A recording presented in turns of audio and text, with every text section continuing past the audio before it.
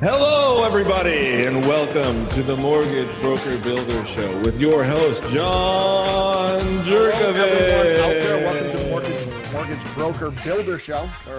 This week, we're really going to be talking a lot less about building mortgage brokers, but just about building better human beings, just being better at what we do day in, day out. I'm super honored to have a guest here with us this week that I've known for, I think it's going on like 20 years. We were both young and knew everything when we met. Now we're older and wiser and know more, but still know less. And so we're just going to talk about business, kind of all things. And I think it applies a lot to the life lessons that you learn as you go through time are going to help you, whether you're building a mortgage business, whether you do. Adam has done hundreds of things. It could be at thousands now of little like side hustles that he's had throughout the years and has figured it out.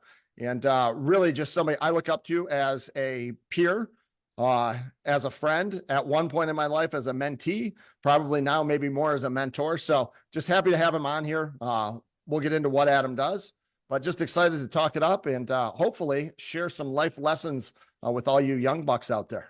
So welcome, Adam. How are you? Hey, John. Awesome. Good to be here and honored to be here. And it's fun, in doing podcasts and things like this and having conversations with people. It's rare I get to do it with somebody I've known for so long, which is awesome. And you kind of firsthand getting to see the evolution of me. And really, I think of you as like, you're an instrumental person in my life, of like a guy who took a chance with me that didn't have a reason to, right? And I go back, I think back, I have so many like kind of cool, influential memories of you as like, I remember interviewing with you the first time. I was like, this guy freaking hates me. I was like, why is he so mean? And I'll never forget you asking this question. I referenced it yesterday and I remembered it. It like stuck out because I knew we were going to talk today. And I was talking to a client of mine and I was like, yeah, this first interview I had, this guy asked me, how much money do you want to make? And I was like, I want to make $100 grand a year. And you're like, okay, would you, shovel cow poop for 12 hours a day for $100 grand a year? And I was like, no. And you said, okay, well then there's something else. But like that in my mind has always stuck out to what I'll commit to based on money. And like really the answer to that question is being clear on what do you actually want to do, which is something that I do today with a lot of people. And I had to do it myself to be where I'm at today, doing what I love to do. But like, these little conversations in life that may be nothing at the time that like continue to resonate, and I think there's a lot of just certain standards and accountability things of like, there's like this John Jerkovich voice in the back of my head that like pops up that like reminds me of those things because, prior to working together back in the day, I was a bartender, right? So I spent like, all I had running for me is I could make some drinks, I could pick up girls, I was pretty decent at fighting, and I like to work out. I could bench press 300 pounds. And like, for a lot of people, they may think they're doing really great. And then you get open to a new world of other men having different levels of success, different opportunities financially, building great lives. And you're like, what am I doing? Right. And so then you kind of put you in this place of, like you said in the beginning, like I thought I knew it all. And then it opened me up to a whole new world, a whole new opportunity, a whole new way of seeing things. And a lot of that growth that I have, which has got me where I'm at today, I look back to those times as powerful, pivotal moments. Yeah, I think it's crazy. I remember interviewing you, and at the time, I would interview a ton of people, right? I mean, we were working at what is now Rocket Mortgage, but we'd have training classes every month of, 25 to 100 people strolling through there. You knew that you were going to hire 3 turds. You were going to hire, 5 or 6 just average mediocre people. And your hope was to get 2 or 3 real go-getters out of the group. So part of the interview process, I didn't care if you liked me or not. I just wanted to see, like, were you going to fight back? Like, how were you going to take, so I'd call people, oh, you want to make $100 grand? So why aren't you doing it? What do you like? Today they're watching Netflix and, streaming on Twitch, but I guess you can make money doing that also. So I couldn't knock it today, but back then, like it didn't work. So it was always funny. And when you first told me that story, like, I didn't know if I wanted to fight you, if you hated me. Like, I walked out of that interview and I had no idea. And that was just like, I did it over and over every single day. So it's definitely funny to like look back at where that all started. I could have just left you out bartended. Well, I think too, and I see this today is, and the term has been misused, but I think you have kind of two alpha dudes getting together. It's like two dogs kind of sniffing each other out, right? Like just seeing like there's a little bit of like a little shove of like, are you a real alpha? Are you a fake alpha? Are you going to push back? Are you going to hold your ground? Right. And then it's like, okay, I know that you were likely going to be who you appear to be, at least in the beginning. And I think I know that I'll meet people that have this alpha front, and I'm like, oh geez, you're just a little shaken chihuahua. And like, you can just see it. Right. But everybody wants to have that alpha front. And I think that happens. There's probably a case of that where you have a guy like me that's like, nobody's telling me what to do. And you're like, who's this punk kid? Who does he think he is? And then, fast forward, we're still really good friends, and which is awesome. And it was a great opportunity. It was my first big boy job, right? It was the first, like, and when I bartending, I thought I had a couple $100,000 house, driving a Cadillac, like working 4 days a week at nightclubs. Like life was pretty fun for the bachelor, but I got married and I was like, I'm probably not going to stay married if I stay in this lifestyle. And I was like, I want to get a big boy job. Part of it, this just diving quick into some things to think about as men, but I wanted to look the part of the guy I thought my wife probably should have chose to marry than the bonehead bartender she married. And that's one of the things where she's one of the most influential people in my life. She's like, look, I believed in you and saw what you could be from day one. Right. And so like, I owe her everything for sticking by me, having that vision. And because I'm definitely not an easy person to love, but part of it was going through the motions to appear I was this new guy, right? I'm wearing the suit. I'm a mortgage broker, banker. I work at the mortgage company, but the reality was my heart wasn't in that. Although I learned, I learned tons of things. I mean, I probably read like 4 books in my life before I worked there, right? Like I did like self-improvement or self-development books. What the heck is that? I didn't know what that stuff was, right? And so learning those things and sitting in on like sales meetings and learning sales and understanding sales mindset. And like, I was like, this stuff is so cool. Like it just opened because they don't teach you that stuff in school. Dude, I barely graduated high school.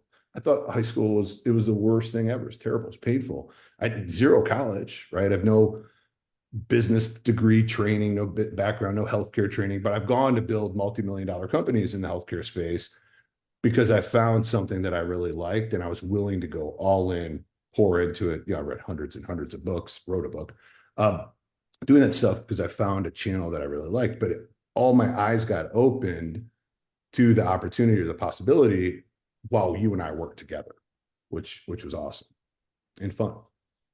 Yeah, I was having a conversation with Bill Emerson a couple weeks back. Our kids are on spring break together, and we were kind of chumming it up. And he was a guy that I super looked up to, and there was a period of time where I disliked him. I despised him, right? But he was like, while I was despising him, he was teaching me the life lessons that I needed to like progress to the next level. And he didn't cut me any slack, right? Like his standard stayed consistent. I look back on it now and like, I truly appreciate, right? Like I was a bonehead. I was doing dumb things. Right. And he was just holding me to a different standard. But I had told him like one of the coolest things when I went, right? I grew up in Northern Michigan. I had a degree in lifting weights, right? It's like exercise physiology. I was a personal trainer, same thing, right? I could run around. I could do all kinds of things. I've bench pressed 400 pounds in my life. I've dabbled into every type of, illicit steroid that you could do, right? Like all with the goal of like, how do I become as big and as jacked as I can be, right? I'm not that pretty. So I had to like do the other things, but I was talking to him and like the same that you just said, the first time that I like hung out with people like Dan Gilbert, and like you get exposure to these people. At the time he was worth, $250 million, which in today's world, like, it's billionaire plus. But like you start hanging out with this better friend group and you're like, well, has my life been missing? Like, it's not all just about that. And that's something that I've seen, like where you've come from, your progression. We should probably actually tell people what you do here at some point, but your progression to where, I see you online with, like you're chumming it up with Garrett White. I don't really know him. I don't follow his stuff that much. I know who he is, right? but like, that's a completely different friend group. Like, you've sat in boardrooms with Tony Robbins. Like, there's a little different friend group than the guys, hanging out with the bouncers at the, cleaning up bar tables at 3 a.m, driving your Cadillac STS thinking you're sweet. But like, there's a little leveling up that happened there. So in the part of it is just like getting clear on what you want. And the reality I found is most people don't really know what they want. And so they continue to gravitate to what they're comfortable with, which is what they know, which is where they're at or where they've been, right? Their past. And that was a lot that opened my eyes. I had that whole past my entire life, people telling me like, you can't do this, you can't do this. You only, like, you don't have a degree, you didn't do this, this is who you are, right? Like, my nickname was Scumbag, right? Because like, I was good at hooking up with chicks and drinking and like getting in bar fights. Like, that was my identity. And so one of the biggest focuses I have with people is just getting clear with them on what their identity is and what the identity is they want to become, right? If you don't love everything about who you are and you want, if you're making $100,000 a year and you want to make $1 million, the same person doesn't go there. Like, in the same body, like genetically, yes, but like mentally, spiritually, you have to become an entirely different person. And I had to go through that process, and it hit me right around 33. I think when I started working for you, I was probably 26, probably somewhere in that range. But what, something interesting still on the mortgage side of things is, I learned like when it was, it went from Rock to like Quicken, which is now Rocket. And I saw this evolution of going to doing this mortgage thing in person to doing this mortgage thing virtual, right? And they were kind of the first guys doing it. And in my opinion, it's a super smart company, tons of tech, tons of like, I'd never worked at a place like that. There's a lot of these like 150-year-old companies, like, that have just been around a long time doing a lot, especially in the healthcare space. And Quicken was something that like, they were cutting edge. And I was fortunate to work there to learn a cutting edge way of thinking. And then I'll tailor that to what kind of launched me into the entrepreneurial space. And it started with, if you remember Josh Linkner, who was like a partner in at a time, and all those guys. So same thing, getting to work around those guys when we were downtown, and had these like, multi-millionaire, powerful, successful guys that wanted my influencer feedback on like what they should be eating, how they should be working out. And I was like, I loved that I had some kind of value that they were interested in, because I was like, dude, I could just spend 20 minutes to hear you talk, and I know I could learn more. And I think for young people, young entrepreneurs, is like getting around that circle of people and just shutting up and listening and learning is fantastic. And also, if there's an opportunity to provide value. But one thing what really changed was, I'll never forget when Josh Linkner and I had this idea about doing nationwide telemedicine hormones, right?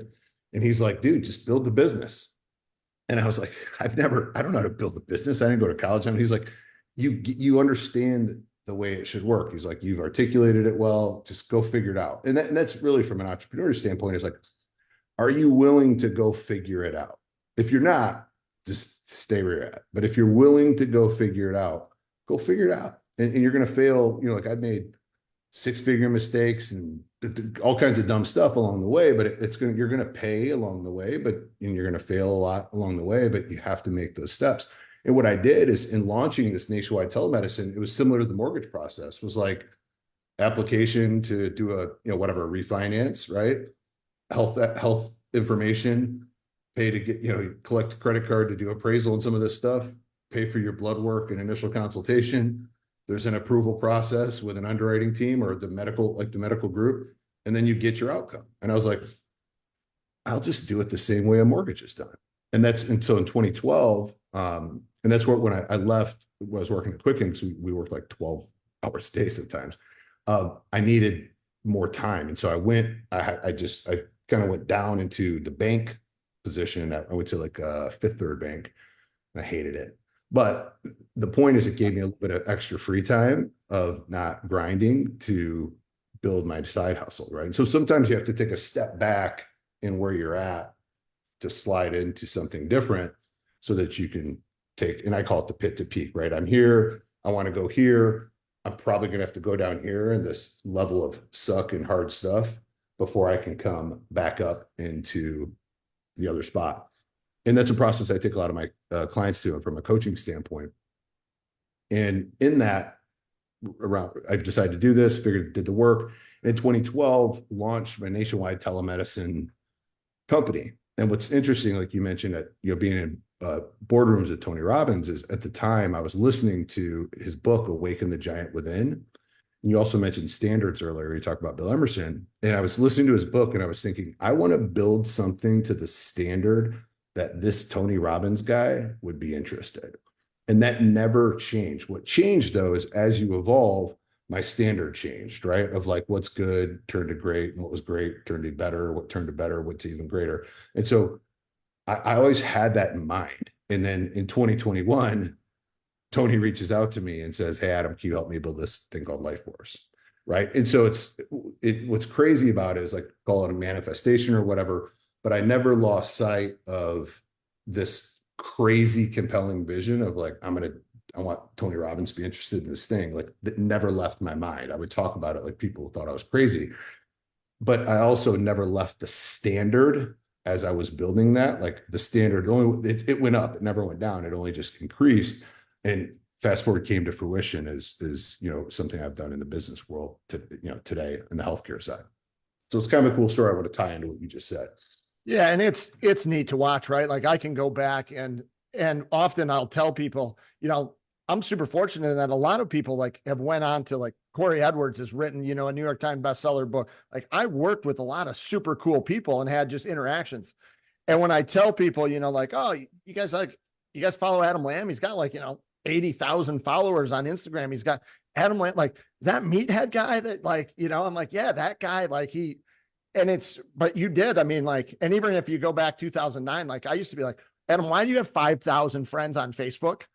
You're like, well, because these people, like, they might need training help. And right. Like, you would, Adam had done, like, I'll probably tell a better story than he will. He's pretty humble about it, but he, competed in bodybuilding, did all kinds of stuff. As everybody else was eating cheeseburgers, this guy's like training and competing, trying to, win these contests in a variety of things. But like the dedication, right? He learned a lot of, I think, what made him become what he is that he did those hard things. We're eating cheeseburgers and fries, and he's eating measured out chicken breasts and yams and brown rice, and, had this eating jars of peanut butter to suck body fat out of them or something. It was a progression that started. And that process is like teaching you how to be a successful entrepreneur.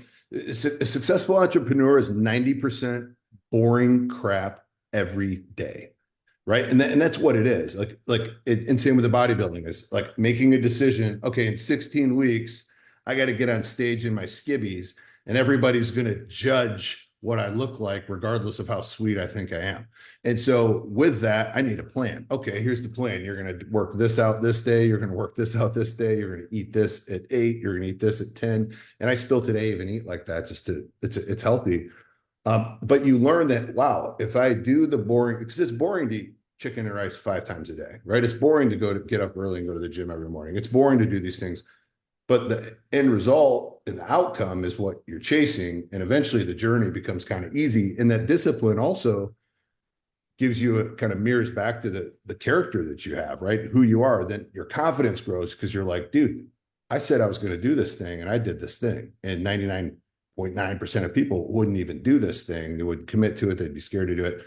And so it starts giving you this edge of confidence, of identity. Not that I'm better than everybody, but that I'm better than I am today because I was willing to do that and I did. So what's the next thing, right? So what's the next thing? And so it's like, now I'm trying to build like $100 million businesses. I haven't built a $100 million company. We're on the way, but I haven't done that yet. Right before, where it's like, talking to the initial conversation, I was like, man, I'm just trying to make $100,000 a year, bro. Yeah, like, how do I do that? And then it's like, you just keep chipping at the next thing, which is this constant, like, pit to peak, pit to peak, pit to peak, right? And a lot of times, especially depending on your circle, if you're kind of the top dude in your circle, it's really easy to stay stagnant, and so constantly surrounding myself with people that push me is important.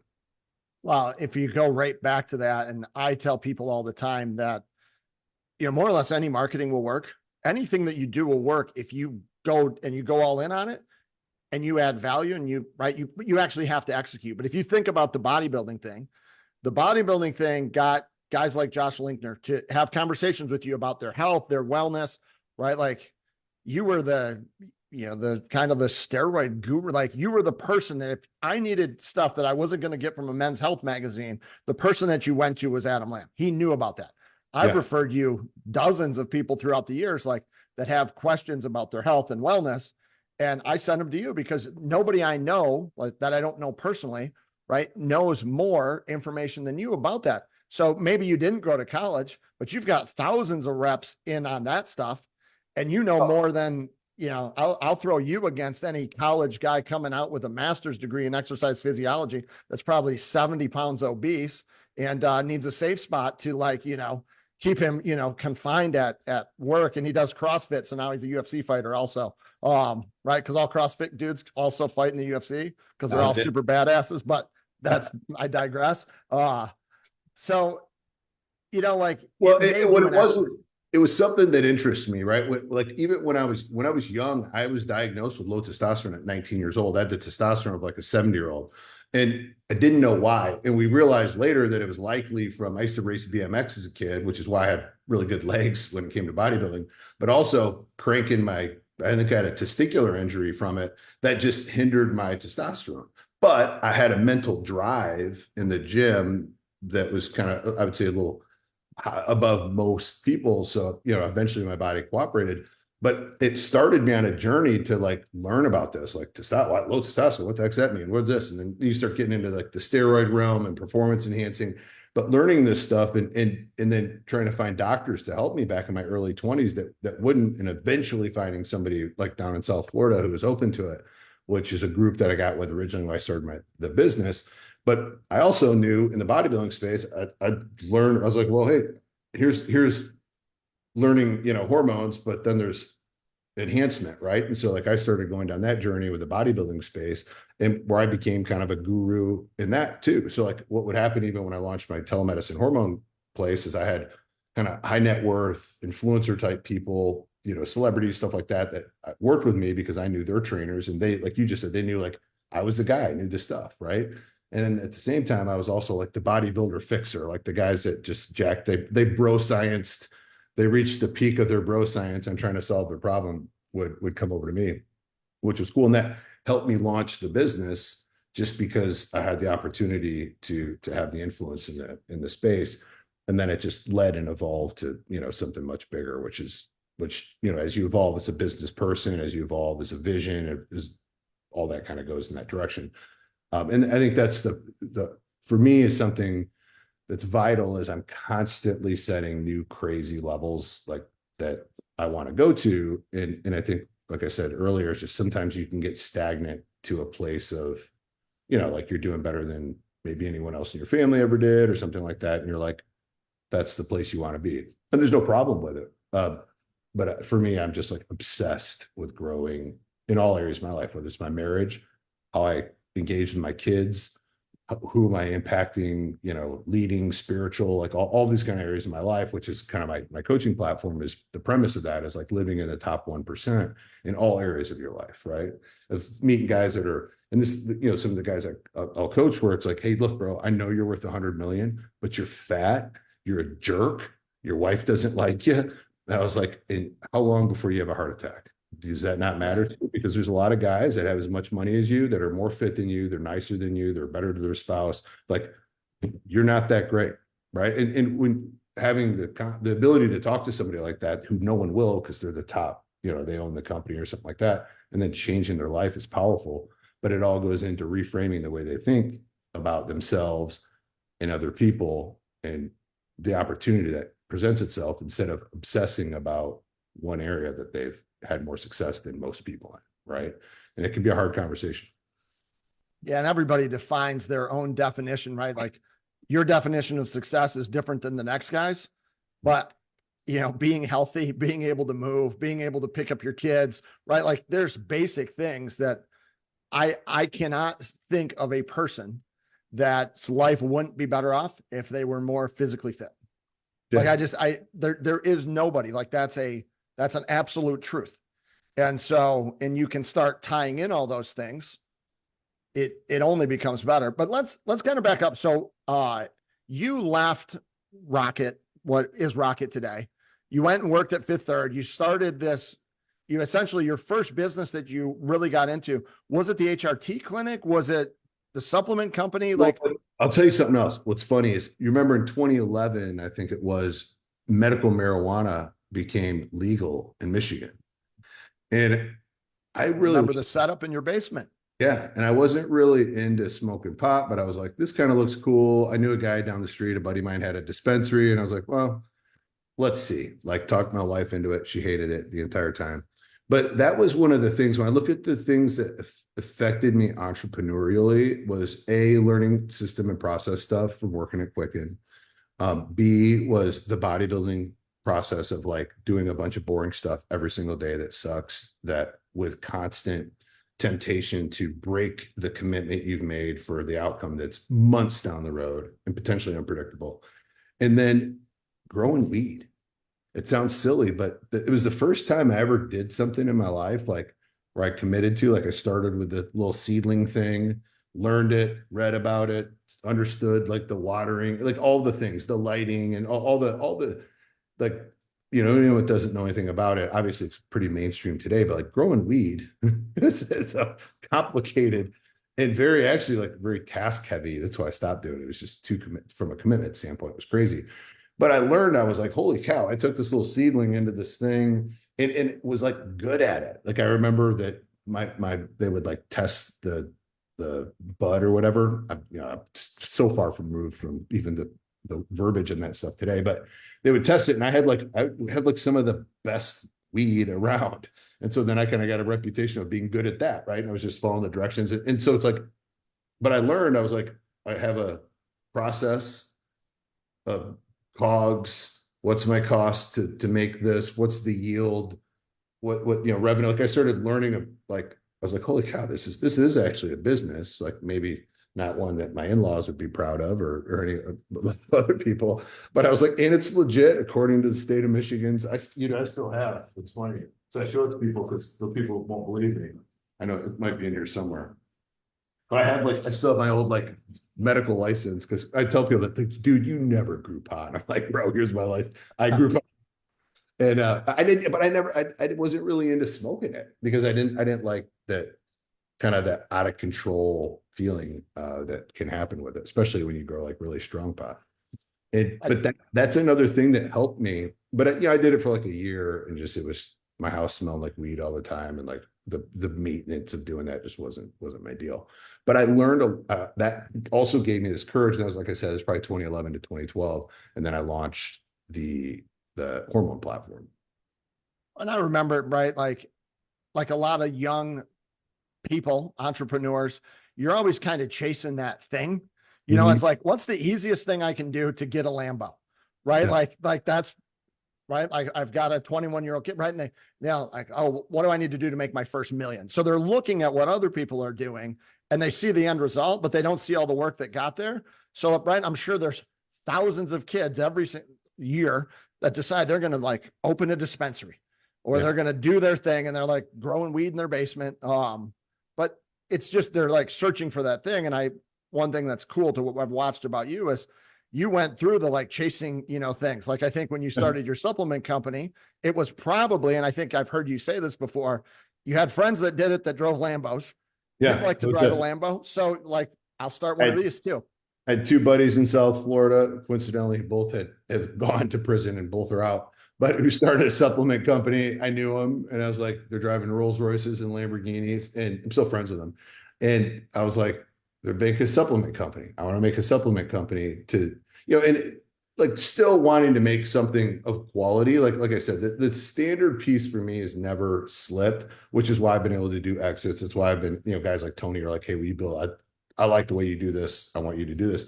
The standards never slipped, but the focus has shifted, right? Today, like where then, it's like, how can I get the Lamborghini? How can I get the watch? Like, how can I get the thing to prove to these other people that told me my whole life I was a nobody that I could make it, right? And it really wasn't till I stopped caring about that and like let that go and just became mission focused over money focused that like the waterfall just comes in, right? Because it's to me, like the money the money will come. If you'll do the work and you'll be mission focused, the money comes. Like the opportunities, the deals that come my way today are just, it's insane. And for me, it's all God. Like I think because my heart's aligned, my ethics are aligned, my work ethic is aligned, that opportunity will just continue to come. And I just remain obedient to do it. But it was a long path from 2012 to 2014 or 2024 to get there. And I also think one of the biggest changes in my life. So, right around 2013, because you're dealing with this business, I left the bank in 2013. In June of 2013, I became like full entrepreneur, right? Burn the ships and freaking let's get going.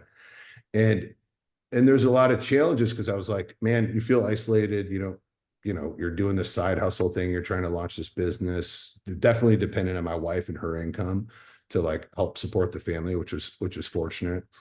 But you're like, I had this time, I was 33 years old and I'm like, who the hell am I? Like what, like I was the guy that was good at picking up girls. I was the guy that's like fun to go out and drink with. I was like the guy that's like pretty tough and confident. I was the guy that's like did the bodybuilding thing because I got out of that by 2013. And I'm like, I want to be this successful business owner. I want to be this like entrepreneur that people look up to, but I'm like, the way I'm doing life, it isn't going to work. I haven't figured it out in my head. And I just started reading. I read this book called The Power of Consistency by Weldon Long. And it just started a fire in me. And then I read like 7 Habits of Highly Effective People. And then I was reading like a book every 2 weeks. I just became obsessive with it. And through all of that information I was taking in, it had me looking inward instead outward, right? Most of us run around. It's like, oh, the government's my problem. The economy is my problem. My dad was my problem. My mom, like we're blaming everybody else. And I know you probably subscribe to the same mentality of extreme ownership, like Jocko's book. And like reading that book really changed me. And I was like, everything is my fault, period. Even though there may be some rare cases where it's not, I look at every single thing as my fault. And whether I poorly communicated in a situation or I just made a bad decision, but like the blame game, like it doesn't leave my head really anymore. Right. And so even it's a bad employee, dude, what I miss, how'd they stay around so long. Right. And stuff like that. So reframing my mind was something that was super important. And through that journey of that like self-evaluation piece was when I came to alcohol. Because alcohol was something like my dad was an alcoholic, like literally drank himself to death. Both of my grandfathers had to quit drinking alcohol. And I always definitely had an issue with alcohol, like drinking way too much, way focused on, like, it wasn't like go out and have a beer. It was like, let's go out and have like a beer and a shot every 20 minutes. But I also understand like there's a lot of fun. I had a lot of fun doing that stuff, but also there's a lot of trouble, consequences, and bad decisions. And that was the one thing. And so that was in 2016. It was like this elephant in the room. I was like, in order for me to go where I want to go, that has to go. And there's a part of it that's super humbling to stop drinking alcohol, tell people you don't drink alcohol. But in 90 days of removing alcohol, I had confidence in my life I'd never had ever before, right? So you're talking like 36 years old-ish was the first time I really felt truly confident of like, I'm a man who's committed to something pretty hard because I think, just because it's so part of the social environment to stop doing, and tell people about it. And so like humbling myself to say, look, yeah, alcohol didn't work in my life. I wasn't some like blackout drunk. Like, I mean, there is a lot of guys that operated at the same level that I operated at. But that didn't justify it because I didn't want to stay where I was at. I want to go be a billionaire. And so in order to be a billionaire, that's got to go. That will be the thing that blows up my life at some point. It'll be that too much, that one party, they say it'll be something, right? The DUI, who knows what it could be. But if I eliminate that potential risk or obstacle in the path, then it's gone. It's out of my brain. I don't have to worry about a DUI ever again for the rest of my life. I don't have to worry about saying something stupid at a party. If I say something, it might be stupid, but I mean it. I was like, yeah, I freaking said that. Right? It wasn't like like something stuck. So you just, and in doing that, the confidence that grew, and it was like, so it was like 2016, 2017, I had the confidence to like just kind of rebrand my business at the time. In 2018, became a Christian. Like this lady gave me this book, Jesus Calling. I was like, oh, it's nice. I'll read. It's like positive. And just the Lord grabbed my heart, went out and bought my first Bible, started reading that in January 2018. And everything in my life went like this, right? So I say that because people are like, what changed? I'm like, well, I read like 500 books, realized that everything in my life that's wrong is my fault.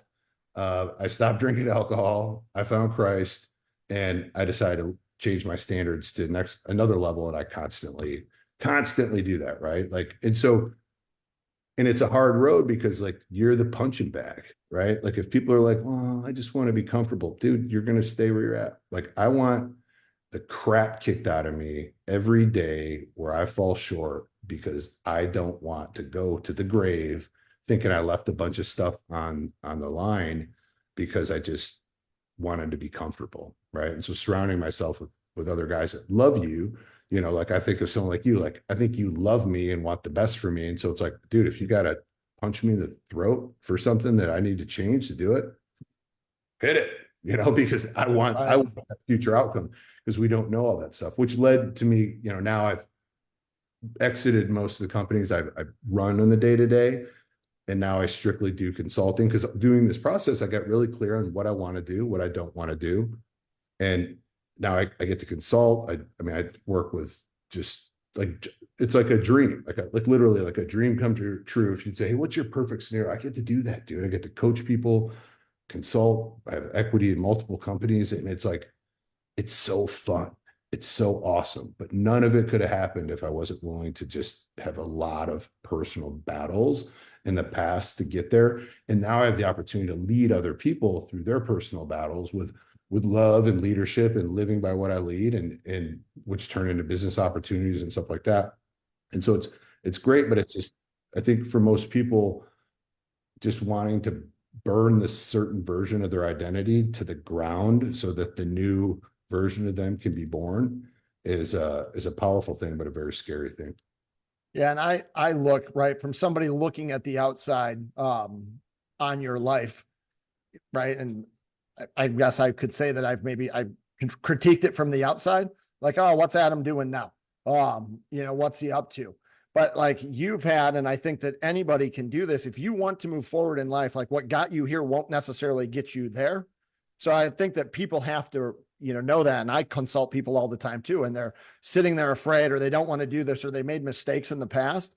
And one of the like most freeing things about, you know, like God or Christ, or like becoming, you know, born again, whatever you want to say, that happened to me. Like I was in my early 20s, right? It was super freeing when you like got to forgive yourself for like what you had done in the past, right? Like God gives you grace. I believe that individual people, like part of your coaching, we need to all just as individuals give ourselves a little bit of grace and stop beating yourself up. Like I've done so much dumb crap in my life. If I want to hold it over my head today and say, oh, I'm bad, I did this when I was 23, I did this, I did that. And right, I can blame alcohol, right? Like 60% of the really stupid shit I did was while drinking. Right. Like at least 60, like the really stupid things, like, you know, so I drink very infrequently. I haven't like went all in, but like if I'm going to drink, it's at my cottage, you know, with a handful of friends. We're not going anywhere. I'm out on the boat, but it's not like I can take it or leave it. Was in Mexico for, you know, in Cancun or Punta Cana on a spring break trip. I drank 2 drinks at an all-inclusive resort for 5 days. And I felt like crap the next day. Like I regretted even having those 2, because it doesn't help me any. I don't need it. But, you know, giving yourself the grace, and then also putting yourself in a position to win. So some things that Adam hasn't talked about, but like really big levers that I've seen in his life. One thing is he moved from Michigan to Texas. So, and every one of us can move, right? If you've got a toxic group of people, the gym you go to, the people you hang out with, he did it because his wife, right? Like she got a promotion. She got a promotion, but that became a catalyst. That maybe wasn't a choice that he would have made, but that became a catalyst. It became like, I look at that as, if there's tipping points in your life, when you went to Texas, it was like a reset. You got away from the people there, put yourself in a new environment, and you leveled it up. Like, right. It was a slightly better friend group, not better humans, just a different environment. And then when you found God, like, okay, now you're like into another group, like you kept just leveling up at a super fast, like it was a J curve that started way back then. You're seeing the fruits today. Yeah. And it's an interesting thing. Today, if someone's like, why'd you move? If they're like a Christian guy, they're like, why'd you move to Texas? I'm like, God called me down here. Now, the logical thing is Michelle had an opportunity to move down here. I had my telemedicine company work from home. I'm like, dude, Texas or Michigan? Like, okay. And it being at a point where, we did well in the house we bought, like the logical things that happen were there. But yeah, you're right. There's an opportunity to like reinvent myself, right? All of the dumb things, like you mentioned, like I've done over, years living back in Michigan. I haven't done those dumb things here, right? I don't have a reputation. I don't have, and yeah, we can live, like you talk about living in the past, of like, there's pain that we can carry from mistakes and guilt and shame. But through Christ, that's all gone away, right? Like I've done bad stuff. I lived a very, very selfish, self-focused life for most of my life because I lived with a scarcity mindset. And so when you're in a scarcity mindset, you're more likely to take opportunity that isn't the best opportunity. Like that's like just how to sum up how most people think. And when you change it, there's an abundant mindset. Even though I could grab this right here and have this like win, or I can like, I'm not letting my hand get on until I'm at where I really, really, really want to be, but not believing in yourself, not believing for something greater, right? Like, it's like a guy like me who's making, making a couple $100,000 a year. It's like, dude, crushed it better than anyone else in my family. Right. But it's like, let's look across the board. How's your marriage? How's your body? How's your health? How's your mental health? It's like, okay, I guess that checking that box didn't do it. So it no longer becomes about money. It becomes about how I can improve myself, and improving myself, the opportunity changes, right? When you're sitting at a table, right, they're talking about buying jets, and you're like, jets? Shoot, I didn't do. How do you like? I was excited because I'm getting a new Escalade, and these guys are going back and forth in a G4 or G5, and I was like, I'm at the right table, just small talking with these dudes having coffee, because it's a different mindset. Like, this guy owns a broadcast thing. This guy owns a $500 million healthcare company. And I was like, yeah, but they're, 20 years older than me. Right. So it's like they have time. And so, but I just like I've learned a lot of things that are definitely not going to get me where I want to go in my future. And that's how I simplify my life, is like, there's two things. If this isn't going to serve other people positively, right? Like, I think like what we're doing today, like this could likely serve some people, whether it's one person, right, that just has an aha moment, their entire family's changed. That's amazing. The second thing is like, where I want to go from a business standpoint, a legacy standpoint, and legacy is a word that I think I've learned from you, is like this legacy that I want to create. If it doesn't line up with the legacy, it's out, right? I got buddies like, bro, hey, you want to go with us? Miami, we got a yacht and we're doing this. And I'm like, no, why not? I'm like, because there's not, like, who's going to be on that yacht? Bunch of Yahoo ego money guys and a bunch of drugs and paid for women. That's not where Adam Lamb hangs out, bro. Like, I'm not right into it. You want to come here and grab coffee? Yeah, that's what I do. So I stay out of places that don't line with my long-term goals. And I just stay away from situations, because life's short and we don't have a ton of time to do it. But if we stay focused, we're more likely to get to the destination, or at least enjoy the journey a little better. Yeah, I think it's wisdom, right? You start to put yourself in a position to win, and you just know that certain other things aren't going to get you there. So I believe that the key to happiness is not about finding more things. It's about wanting less, right? So if I want less and I can focus, like drill down on the few things that matter, like I want to live to be over 100. So I do a lot of activities that I ask myself, like, is this going to help me live to 100 plus or not? I've got a whole, thing, and you've got something similar, right? I think you're shooting for like 120, but I listened to this thing from Peter Attia years ago. It was probably 6-7 years ago. And he said, by the time your kids are 18, you've spent 82% of the time you will with them. And I was like, well, shit, I went through a divorce. Like, I've got a lot of like I missed some of that time. So how can I like do a redo? Well, the only way I can do a redo is to live longer. So after, I got suspended from chewing in 6th grade. I was chewing tobacco, 2 cans a day for like 35 years. So like I quit chewing. I stopped what I would like 80% of like what I was, I stopped doing. I can like bend over and touch, like just, it became about living to 100 than about, eating a Twinkie today. Right. Just long-term goals. I got a couple of things for you though. Right. So like when you deal with like, so a lot of your business today, I think you're helping individual doctors do telemedicine stuff. Like you're consulting with doctors, healthcare providers, on telemedicine. Is that kind of what, like outside of just helping people become better, I see a lot of your stuff geared towards doctors. So I have kind of 2 verticals, and I have a consulting side. And so I have different, so that's strictly business. Like people are hiring me. It might be like the deal I did with Life Force. I have shares in the company. I'm on the cap table to come and help build this thing. Once the thing launches, I don't have to do anything anymore. And so I'll do things where just different deals, whether it's equity or a pay. What I like to do is a lot of times people hire me to do a certain thing. Hey, here's what the engagement looks like. It's whatever, 100 grand, it's 90 days. And at the end of that, if we want to continue working in some facet, there'll be that. But it's strictly consulting in the healthcare space is like the main focus.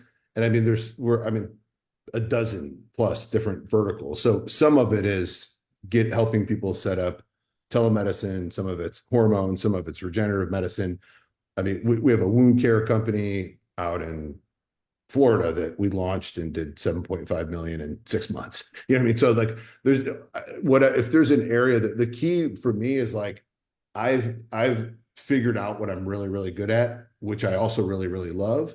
And if it fits that scope and I like the operators and owners, I'll come in and consult and sometimes partner, but usually I have to do a consulting deal with them first. Otherwise it's like, if the business doesn't work out, you got a boatload of my time for free for nothing.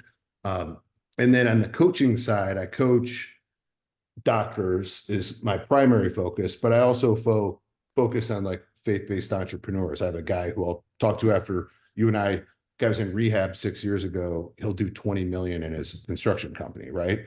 And so I don't know, like, I don't know what screw from a nail, but what I do understand is business and strategy. And so like for him, he hired me, I'm his coach. And we just look at all different things. In the conversations, even yesterday, one of the docs I coach, we spent the entire hour talking about a relationship with a family member of his, because that relationship with his family member sometimes becomes toxic, which pours into his business, which pours into his wife. And so helping them with some of these other areas. At the meantime, I'll help him triple his money, right? This guy will go from 800 grand to 4 million in the next 18 months. That's no problem because I have the path, the network, the opportunity. But if I can't fix the man, if I can't get him actually to fix the challenges and see things different, it's going to fail. And so doing a lot of consulting deals over the last few years, I realized that I would leave these deals realizing that the person is unchanged from a mindset standpoint and a perspective standpoint, and they're likely going to slip right back to before I started, which wasn't part of the engagement, but I decided to add that coaching piece. So yeah, it really, like, entrepreneurs, business owners, it varies at all different levels. I got guys that have $500 million plus companies. I have guys that are just getting started. We're like launching a big practice in Vegas, Boston, Colorado Springs, Salt Lake City, and Florida right now. And so it varies, but anything in that space, usually if someone's interested, I'll just hop on a call, and within 30 minutes, I can tell if it makes sense or not. The reason I ask is, so I do these little things. It looks like a figure where I like look at a bunch of different areas. When I sit down and talk with like let's say there's a small brokerage, it's, 6 guys and they're struggling. I always try to identify like a key constraint, and everybody has a key constraint. It doesn't matter who you are. You have a key constraint. Mm-hmm. Everybody has some key constraint. And from the outside, you can look in and see like, oh, if we just pull these 3 little levers and I free up that key constraint, right? It could be a nagging wife. It could be anything, but you have to first identify them. Is there a key constraint that you see right now? And I think our world's changing as far as like, there's things like TikTok where people go to for marketing, and like, is there like a key constraint that you consistently see with your clients that when they just fix this one thing, it's an easy 2x in their business by something, or are they all over the place? Like, is there something you see? I mean, honestly, the number one thing, and I say this transparently to them, and I'll say it to you, is they're borrowing certainty from me. And in borrowing certainty from me, that's giving them permission to pursue something they didn't think they could do. And as they begin to do it, that certainty in them grows. And that's usually what it is. And so some people call it fear. I call it certainty. I'm a very certain person, and I'm a confident person, which sometimes people are like, well, you should be a little humble. I'm like, I'm humble. I'm honest. I also know I'm totally don't know anything about anything, right? Like that they're being humble yourself allows you to actually see where you're good and see where you need to work on it. But like I said, and when you asked me that too, there's certain things that I'm really, really good at. There's stuff that I know that I just do well. And I care. Like I have a heart I won't take a deal because there's money if I don't actually think that there's a great opportunity. And so they're just, for me, is like this extraction process of people. And usually there's some area in the business, whether they're lack of certainty in business acumen, right? Lack of certainty in their ability to, well, how could I do that with it? They can't comprehend going from 1 million to 4 million. They can't comprehend of like how to scale.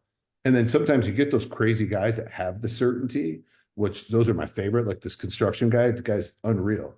He just doesn't have the wisdom of like when I have a $50 million business, I'm like, bro, the problems you have, you don't even know they exist, right? Like tax problems, Right. like how we started other businesses, and those businesses lease equipment and company to this bit, like all the kinds of different businesses that build a legacy for your family. So like, there's financial planners for it, but it's like, sometimes I'm like, hey, financial planner, bro, how many businesses do you own? None? Well, then pump the brakes. Call me into your deal when you have that guy that's got 5 companies making $50 million a year, and I can help you do your job better, because sometimes they don't see it, right? Like a CPA, how many businesses have you bought, sold, built, burned to the ground? None. Right. Okay. Pump the brakes, bro. Like, let me come in and help you with, because that stuff matters, and you can learn all the other things. And so but usually it's certainty in some area of the business that they lack. I see that a lot. I have people that need permission. They don't want to do it. They're afraid of, if I spend $5,000 a month on marketing, I'm not going to get my money back. I'm like, but I know if you spend $5,000 on marketing, you'll make 15. You have to first spend so I think that's awesome. And I know you've got a hard stop here in just a few minutes. So something else, knowing what you did, right? Like with all the businesses you built, if you were today, right, you like everything left. And I said, you had to start a mortgage company. You had to go out and schling loans again, right? Like we'll assume that you can pass the test and get licensed and all that. What would be like, if you were starting a mortgage company today, what would that look like? Like, would you go direct to consumer? Would you be out, would you be dancing on TikTok selling loans? Like, what would Adam Lamb be doing today? And just so you guys know, I mean, you get like your TikTok, or not TikTok, I don't follow you there, but like your Instagram, you post something, you get thousands of likes. You've got 70, close to 100,000 followers. You probably post something and get, hundreds of thousands of eyeballs. Where would you start today? Yeah, it's a good question.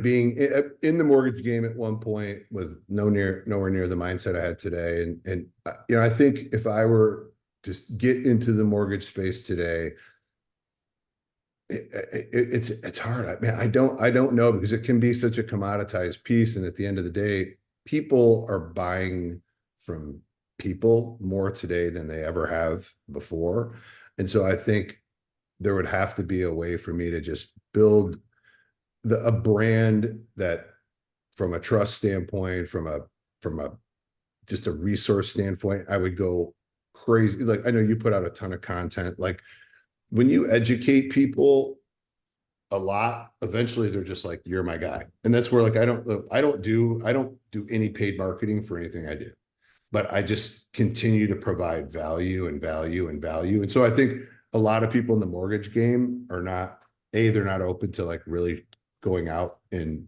being a face, like getting up and kind of talking about building their personal brand.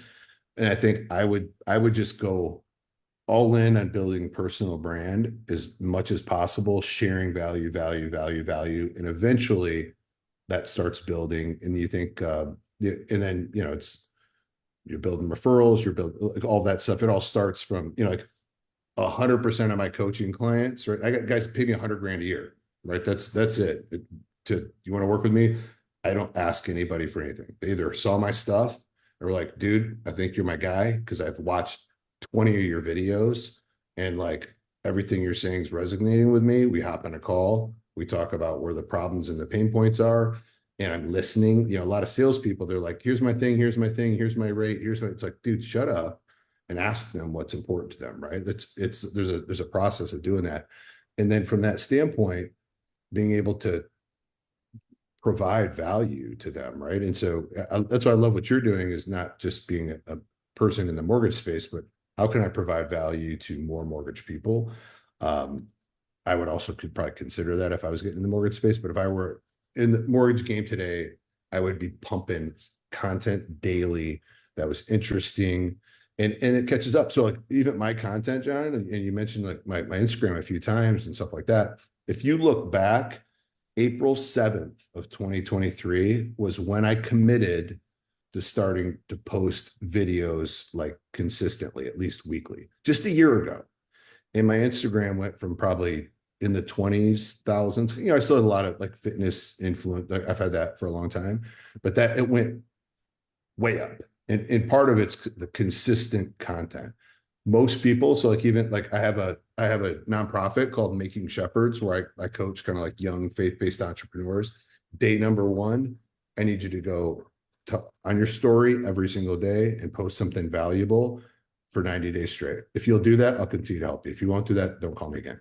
And because if they're willing to do that, and I've had 100% success rate with that, I'll tell you another thing I learned from you that I have everybody do is and if they do that, the confidence they get, their ability to be comfortable and tell the story, it just puts them out in front of, because it's like Chase Bank or Wells Fargo, or like, dude, I don't care about that big company. I want you. Who are you? Like, if you're somebody I connect with, like, you're like, dude, I want that. I want to talk to that guy about my big purchase or my big refinance. I think that's the key thing. And the other part, just personally, my pet peeve, so I don't know if this resonates, is like the fake stuff. Like if you look at my Instagram, there's a couple like images on there just from like being part of something where someone takes a high resolution photo and I post it. But most of my stuff is like just raw stuff, right? Like when all their pictures, it's like they're leaning on a Ferrari with like the Eiffel Tower in the background. I'm like, dude, you're full of crap. Like, don't even, I can't, like, you're so fake. I'm not interested in having a conversation with you. So like when you can see that real, transparent, authentic version of you, and I can think when I'm ready to do something in the mortgage space, man, every time I see your video, I learn something. It's cool. I enjoy it. You're the first guy I'm thinking of. Like, that's what I would do. And most people are like, I've been doing it for 2 weeks and I don't have any leads. Hey, bro, I was doing my videos for 11 months before I got asked to be, like, I was on Newsmax 2 weeks ago. This guy, Carl Higby, he's a friend of mine. He's like, hey, bro, will you come on my show at 5 o'clock tonight? We're doing a segment on testosterone. And that's the biggest kind of media thing I got asked to do. And I was like, heck yeah. But I thought in my head, I had this moment where I heard God say, like, dude, it's 11 months of you doing videos multiple times a week to get there, right? And you look at guys like Gary Vaynerchuk or Grant Cardone, there's so many uber successful people that aren't willing to put themselves out there and show that authenticity and that like human connection. And that is the currency today. And so it's like, here's my rate, or this stupid plastic, like, hey, look at me. Here's my realtor picture, or here's my mortgage. Like, it isn't relatable. But when you can talk and share experiences that people can connect with, business comes. Like, it follows you all day long. I get opportunity without looking for it because I'm putting myself out there so people get to meet and see who I am without actually meeting me and make a decision. They're already pre-decided in their head. Like, I like this guy. I want to work with him. Here's what it looks like. And it works, right? Like, that's what I would do. Yeah, no, I'm all about creating a portable personal brand, right? Your brand should be, it used to be that you cared more about the name on the front of the jersey than the back. Today it's flip flop, like your name on the back of the jersey. If you've got 1 million followers and you're a mortgage person, you can go to Cross Country Mortgage and say, give me $2 million and I'll come and I'll work for you. And they probably will give you 2 million. You can take your LeBron James, right? Like you can take your business wherever you want. And it's super important today. I know you've got a hard stop. If people want to follow you, it's Adam Lamb 333. Is that kind of your handle Adam across all Lamb, channels? yeah, Adam Lamb 33, 2 3s, on Instagram. Yeah. Okay. So yeah, hit me up. Happy to answer. I answer my own social media, so it may take some time, but I like to personally engage, and if someone I can help or offer advice to, happy to do so. yeah, and HRT, other things. I'll let you bail. I'll do a little like outro for you here, but I appreciate it. I think that your stuff that you're putting out there day in, day out, right? It's little, it's silly. Your Ferrari Fridays thing. Like, I think it's funny. And, anybody that's out there doubting their ability to go out and do things, if you just dream big and you consistently work at it, like there's nobody saying that, right? Like we're all born kind of equal, right? And it's the output of the things you do has a lot more to do with, where you end up than anything else. And I keep running into people like yourself that, you work at something hard enough and long enough and good things start to happen, even if you make mistakes along the way. Like you mentioned earlier, 2 things. One is like each person has to define success, right? And like you mentioned, Ferrari Fridays, like I'm just trying to experience life at my terms, period. That's it. And give back as much as I possibly can, right? So like some people that see the Ferrari and they're like, oh, Ferrari guy. And I'm like, if you knew the backstory, bro, you would be asking how. But it isn't about the Ferrari or like parking and posing. Like, it's not that. It's like, that makes me happy, right? Like it makes me happy to go get in this $400,000 car that I couldn't even conceive of owning and rip down the highway at 100, the speed limit, and have a blast. And I'm doing this, I'm listening to like 90s grunge, and I'm thinking back of this 13-year-old kid. I'm listening to Red Hot Chili Peppers doing 71 miles an hour on the expressway, and thinking back of this 13-year-old boy who was just like lost, no dad, like no structure, no future, and like that I could have this, I could create this life, and anyone can, right? Like anyone. There's people that are so much more blessed than I started. There's people that were way worse situations that could do these things. And again, maybe it's not the Ferrari. For me, like my success is I do what I want every single day and talk to people who I want to talk to. It's awesome. I wear this little fluffy shirt and I stand here in gym shorts. I got gym shorts out. I just do whatever I get to do. And then I get calls like yesterday, hey, can you come be this big VIP thing in Salt Lake City tomorrow, next week? And I'm like, dude, I would be like begging to try to get a ticket to go to this thing. And I just got invited to come hang out. Like, so it's like, it all comes when you do the work and the mission is the focus. How can I help? How can I serve? How can I lead? As opposed to like buying stuff. Buying stuff, it's fun. The Ferrari's fun. I'll get something new next. And you've liked cars for a long time, right? Like I'm not an exotics guy. I could care less. I drive a pickup truck and I won't drive a car that I can't take down a road and have tree branches scratch on the side. And if I was to go out and buy give me a G-Wagon, I'm throwing a dead deer in the back. Like it doesn't matter. So like, I'm smart enough to know, like I would put, I would go deer hunting in my Ferrari and put a dead deer on the back. So like, it just doesn't work for me, but like, it's something that I think is funny. People will look at it and say like, oh, he's like trying to be a poser. Like, I know you're constantly like, you just like exotic cars. You're swapping in and out. It's like my 10th one, but it's just fun for you. And I have things that are fun for me. There's a perspective on it too. It just gives an opportunity to like have a conversation with somebody who may not, I literally know 100 guys that have Lamborghinis for like in a car club thing, and they're all different guys. One thing in common is like 90% of them are entrepreneurs, and probably 50% of them have came from freaking nothing.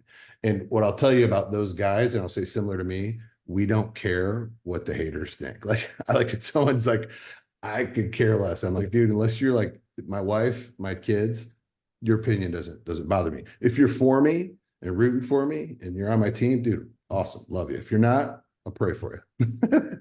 Yeah. I've come to the conclusion in my life that most people are probably rooting against you. Yeah. And right. So like, that's just the position I come from it. They're rooting against you unless they can get something from you. So the world's got a lot more takers than givers. Right. So, right. If I know where the rules of the game I'm playing in, and I'm going to try and be a giver. So I'm one of your biggest fans. I continually root you on, and I love seeing it. And I hope you get to a billionaire. Then I want you to buy like a big ass ranch in Texas. I know you're not like a hunter, but like when you have the big ranch, I'm going to talk to you about coming and like shooting all the weird animals down there. I know you like to shoot. So tell Michelle. I'll let you in. You just don't tell Michelle. Okay, we won't tell Michelle. That was the first thing my wife asked when we met. She goes, "Do you hunt?" I said, "No." She's like, "All right, we can proceed." Because she was in northern Michigan for a while. She's like, "All these freaky hunters, all they talk about is killing deer." And I was like, "No, it's not me. I got other problems though." We'll have to see. Yeah. We all got our problems. We just swap them in and out. So we'll go get to your client. Hey, I appreciate it. Cool. Yeah, man, it's awesome. It's great seeing you. Great talking with you. And again, I appreciate all you've done for me, the friend you've always been. I've learned a lot from you. Lots of things you instilled in me about with grit and hustle and hard work and high standards. So I appreciate the friendship from day one that's impacted the man I am today. I wouldn't be where I'm at today if it wasn't for our relationship. So thank you for taking a chance on a idiot bartender 20 years ago. Hey, it was my pleasure. It's been great. And like I said, I'm going to continue to root you on. And we're just getting started. We're not even old yet. Right. See you later, man. Go get your client. Take care. Thanks. So everyone, we'll let Adam leave, and just a couple of like kind of parting words here. Some things. If one of the things that Adam does, he has run and operated HRT clinics, so hormone replacement therapy, different things. If you aren't feeling like totally optimal, Adam's a great resource. He can help people out there across multiple different channels. Follow his stuff on Instagram. He's puts out a ton of information daily and really does try to motivate and push people forward. And then just some last parting words. If you feel as if you're kind of stuck in your business, or you're looking for permission, or you need to kind of overcome some things inside of your mortgage business, I love to talk to people and kind of encourage you and give you permission to kind of move on. We look at a thing internally called a certainty score. It's how certain are you about your business moving forward. And I talk with a lot of broker owners, entrepreneurs, people that are looking at getting started. They believe in their head that they can go out and do these things. Yet sometimes the belief, connecting the belief to the actual actions and taking the first steps is one of the hardest things. So if you want to talk through that, you want to walk through it, definitely reach out, keep engaged, share with your friends. We love having you here. And if you have suggestions for things you'd like us to cover on this show, please reach out, let us know. And we thank you for your time. You have a fantastic day.